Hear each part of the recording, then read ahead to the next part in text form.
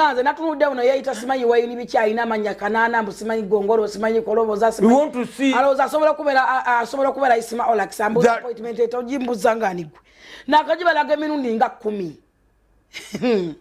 we want to see that Nabanja more and more and more. Ola bansaba omulimu oyo gwe twagala okulaba nze ndi serious business now.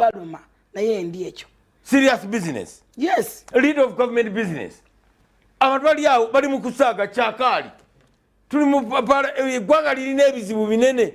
Kati attention eno abagitujja ku bintu bakitadde ku mpuuga. Ate ng'omanyi ekivudde Mbunga abadde awangula olutalo olwo. Era Mpuuga abadde waggulu nga bawangudde. Abadde olutalo alukubye. Lindo olwaleero abantu Masaka mbagamba Kyagulanyi.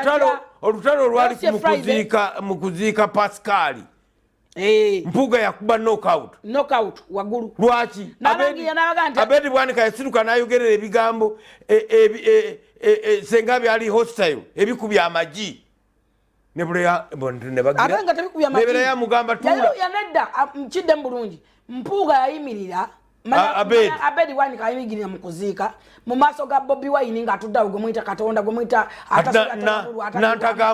natagambwako n'ayogeza amazima n'okufumitiza nti lekeraawo okutuma abaana abavuma Katikkiro, lekeraawo okutuma abaana abatuvuma namugana oyo wayisa mufumiro gw'otuddaawo nze sabakanga ku mwana wange wadde mama wange kubanga yamugamba yayogera amazima n'okufumitiriza ne bamukkiriza n'amalayo speech abagala kumujja ku microphone ne babagaana. Yes, awo era amaze okuwininga kati bagenze okulaba olutalo alukuba agenda ku nfeetwe ne baleeta plan B ne bakiza mu parliament. Abantu bonoza tebalaba. Why are you doing it now after Masaka? Nempuuga kaba mukube. Lwaki temwakikola ali ya luli? Because Mpuuga abadde imaginga victorious. Kati tubagamba there is a bigger problem. Speaker wamwe bamuganya okutambula. Focus should be on that.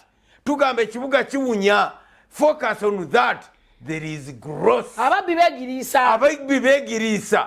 Police bagambi tetunawe tukwateka babbi baana abo. Oba bakuwajula. That is a serious problem.